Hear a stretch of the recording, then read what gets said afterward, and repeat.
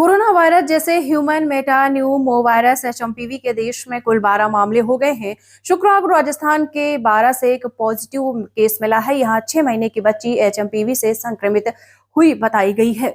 इससे पहले गुरुवार को 3 केस मिले थे। इनमें लखनऊ में 60 साल की महिला, गुजरात के अहमदाबाद में 80 साल का बुजुर्ग और हिम्मतनगर में 7 साल का बच्चा शामिल है। तीनों का इलाज चल रहा है। इससे पहले महाराष्ट्र और गुजरात में 3, कर्नाटक और तमिलनाडु में 2, पश्चिम बंगाल और यूपी में 1 केस सामने आए थे।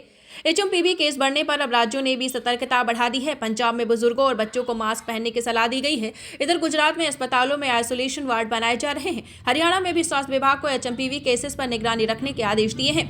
पहला केस आया था 6 जनवरी को, कर्नाटक में 8 महीने का बच्चा पॉजिटिव हुआ। दूसरा केस 6 जनवरी कर्नाटक में 3 महीने की बच्ची पॉजिटिव हुई।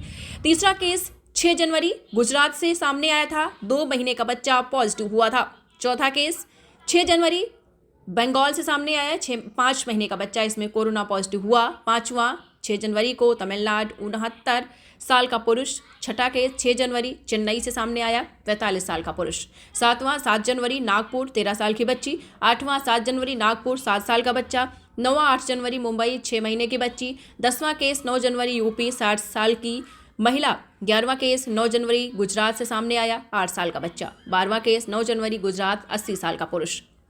संक्रमित होने पर मरीजों में सर्दी और कोविड-19 जैसे लक्षण दिखाई देते हैं। इससे सबसे ज्यादा असर छोटे बच्चों पर देखा जा रहा है।